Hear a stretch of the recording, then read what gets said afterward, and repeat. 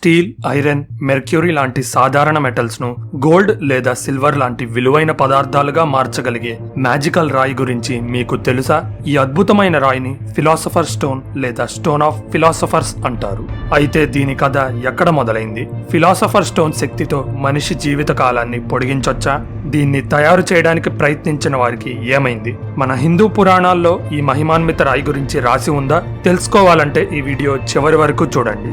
సాధారణ మెటల్స్ ను గోల్డ్ గా మార్చడమే కాకుండా ఫిలాసఫర్ స్టోన్ కు ఇంకా అనేక విశేషమైన శక్తులు ఉన్నాయి. దాని శక్తిని వాడుకొని మనుషులు తమ జీవిత కాలాన్ని పెంచొచ్చు.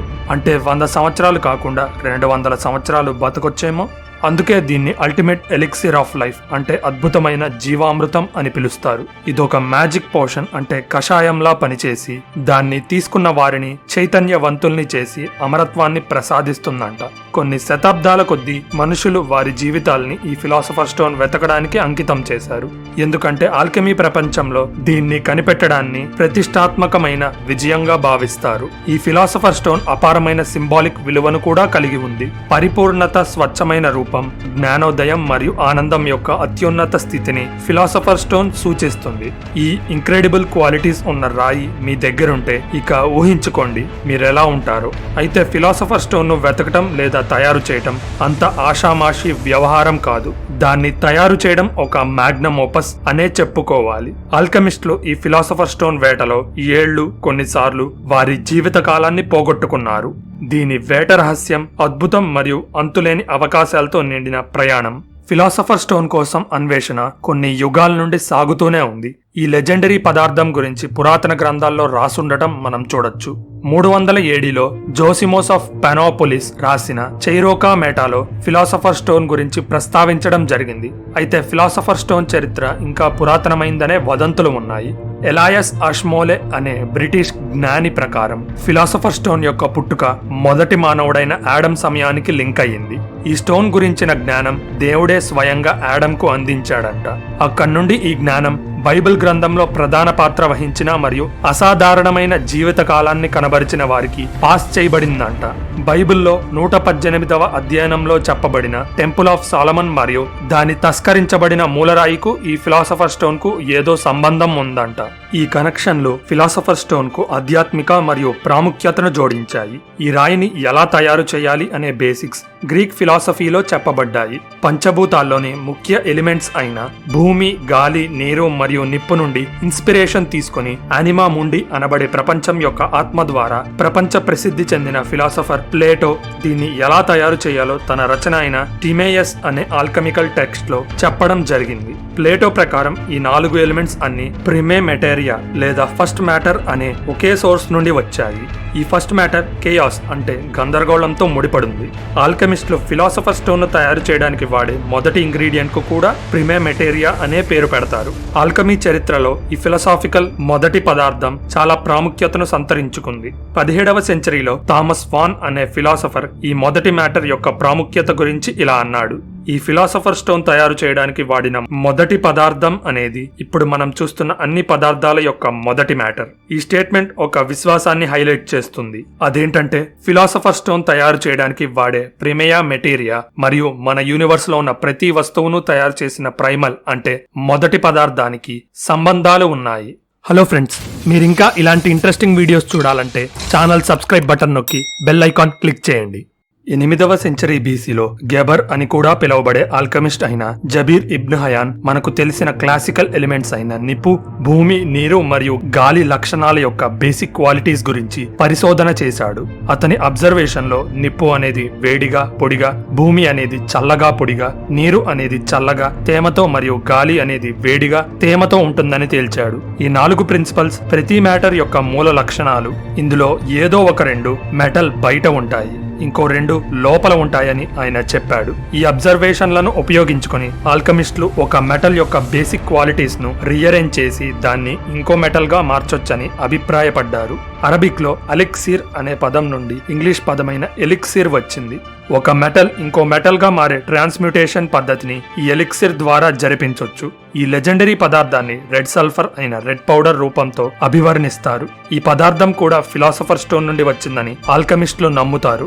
గోల్డ్, సిల్వర్ మెటల్స్ అనేవి వాటి ముడి పదార్థాలైన ఎల్లాయిస్ మరియు ఓర్స్ లోపల దాగున్నాయనే భావన మీద జబీర్ థియరీ బేస్ అయ్యింది. సరైన కెమికల్ ప్రాసెస్ల అప్లికేషన్ ద్వారా ఈ మెటల్స్ ను ఎక్స్ట్రాక్ట్ చేయొచ్చు. ఇన్ఫాక్ట్ గోల్డ్ ను ప్యూరిఫై చేసి బయటికి తీసే పద్ధతి అయిన ఆక్వా రెజియాను కనుక్కుంది జబీర్ అని చాలా మంది నమ్ముతారు. అవిసెన్నా లేదా ఇబ్న్ సినాగా పిలువబడే ఒక కెమిస్ట్ ఈ ట్రాన్స్మ్యూటేషన్ ఐడియాను కొట్టిపారేశాడు. అతని ప్రకారం పదార్థాలు చూడడానికి కొన్ని విధాలుగా మారినా అవి వాస్తవంగా అయితే వాటి లోపలి గుణాన్ని మార్చుకోవు. ఉదాహరణకు ఉష్ణోగ్రత తగ్గినప్పుడు నీరు దాని రూపాన్ని మార్చుకొని గడ్డగడుతుంది, కానీ అది వైన్ లేదా ఇతర లిక్విడ్ గా ట్రాన్స్మ్యూట్ అవ్వదు కదా. ఇలాంటి వ్యతిరేక భావనల వల్ల ఆ సమయంలో ఆల్కెమీను శోధించడం ఇంకా కష్టతరంగా మారింది. లెజెండ్ ప్రకారం 13వ శతాబ్దంలో నివసించిన ఆల్బర్ట్ మ్యాగ్నస్ అనే సైంటిస్ట్ మరియు ఫిలాసఫర్ స్టోన్ ను కనుక్కొని తన స్టూడెంట్ అయిన థామస్ ఆక్వినాస్ కు నాలెడ్జ్ పాస్ చేశాడని చెప్పబడింది. తన రచనల్లో ఆల్బర్ట్ మ్యాగ్నస్ ఎక్కడ నేరుగా ఈ రాయిని కనుక్కున్నాడని చెప్పకపోయినా ట్రాన్స్మ్యూటేషన్ ద్వారా గోల్డ్ తయారవడాన్ని మాత్రం చూశానని చెప్పుకొచ్చాడు. 13వ శతాబ్దంలో ఒక స్విస్ ఆల్కెమిస్ట్ అయిన పార్సిలస్ ప్రకారం మనం ఇప్పటి వరకు కనిపెట్టని ఆల్కహెస్ట్ అనే ఎలిమెంట్ ఉందంట. అతని ప్రకారం భూమి, నిప్పు, నీరు మరియు గాలి ఈ ఆల్కహెస్ట్ అనే మెటీరియల్ యొక్క వేర్వేరు రూపాలంట. మీరు ఊహించింది కరెక్టే. పార్సిలస్ ఈ ఆల్కహెస్ట్ పదార్థాన్ని ఫిలాసఫర్ స్టోన్ అని నమ్మాడు.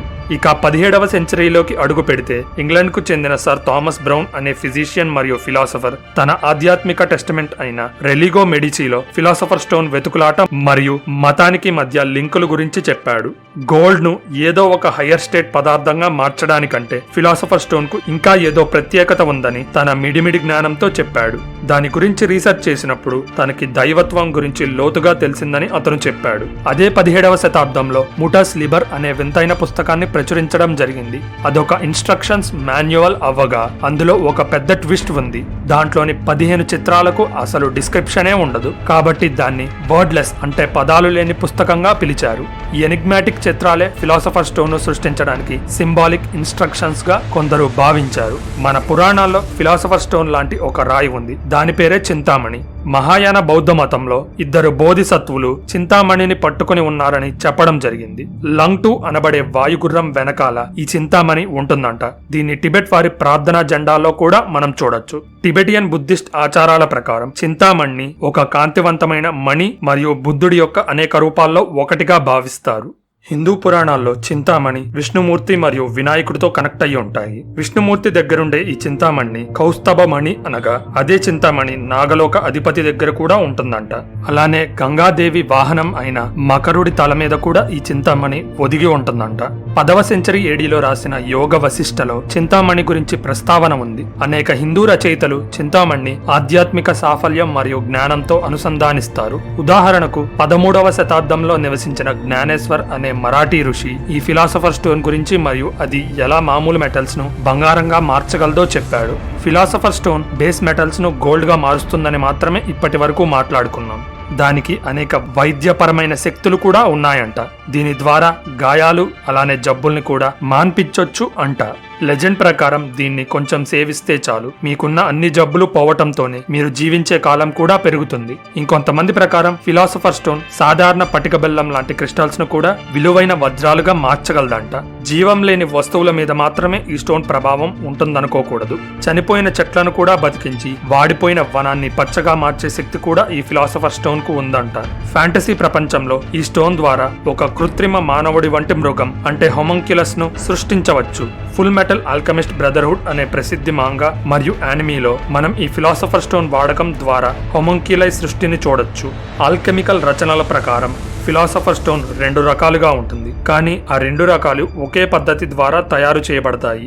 వైట్ కలర్ లో ఉండే ఫిలాసఫర్ స్టోన్ సిల్వర్ తయారు చేయడానికి వాడగా రెడ్ కలర్ దాంతో గోల్డ్ తయారు చేయొచ్చు. ప్రత్యేకంగా రెడ్ ఫిలాసఫర్ స్టోన్ ఎలా ఉంటుంది అనే దాని మీద మధ్య యుగపు రచనల్లో అనేక ఇండైరెక్ట్ క్లూస్ ఉన్నాయి. అది రాయి రూపంలో ఉన్నప్పుడు సాఫ్రాన్ కలర్ మరియు పౌడర్ గా మారినప్పుడు రెడ్ కలర్ లో ఉంటుందంట. అది గ్లాస్ లాగా ట్రాన్స్పరెంట్ గా ఉండి గోల్డ్ కంటే బరువుగా ఉంటుందంట. అయితే ఫిలాసఫర్ స్టోన్ ఏ లిక్విడ్ లో అయినా కరిగిపోతుంది. అదే సమయంలో మంటల్లో పడినా కూడా దానికి ఏమీ కాదు. ఫిలాసఫర్ స్టోన్ అనేది ది మ్యాగ్నమ్ ఓపస్ లేదా ది గ్రేట్ వర్క్ అని పిలువబడే ఆల్కెమికల్ పద్ధతి ద్వారా సృష్టించబడింది. ఫిలాసఫర్ స్టోన్ ను సృష్టించే సూచనలు తరచుగా కలర్ చేంజెస్ లేదా కెమికల్ ప్రాసెస్లుగా డిఫైన్ చేయబడిన ప్రక్రియలు. ఇవి వైవిధ్యంగా ఉంటాయి. రంగులతో డిఫైన్ చేసే ఈ క్రియేషన్ ప్రాసెస్ లో నెగ్రెడో, ఆల్బెడో, సిట్రినాటిస్ మరియు రుబెడో ఫేసెస్ ఉంటాయి. ఒక సిరీస్ ఆఫ్ కెమికల్ ప్రాసెస్లుగా ఫిలాసఫర్ స్టోన్ తయారు చేస్తున్నప్పుడు అది 7 లేదా 12 స్టేజెస్ లో తయారు చేయొచ్చు. ఈ వీడియోలో ఇన్ఫర్మేషన్ మీకు నచ్చినట్లయితే లైక్ చేయడం మర్చిపోకండి. అలానే ఇలాంటి ఇంట్రెస్టింగ్ వీడియోస్ కోసం ఛానల్ సబ్స్క్రైబ్ చేసుకుని బెల్ ఐకాన్ నొక్కండి. మీ సపోర్ట్ వల్లే ఈ ఛానల్ ముందుకు కదులుతుంది. So thank you for watching. This is your phantom signing off. See you in the next one.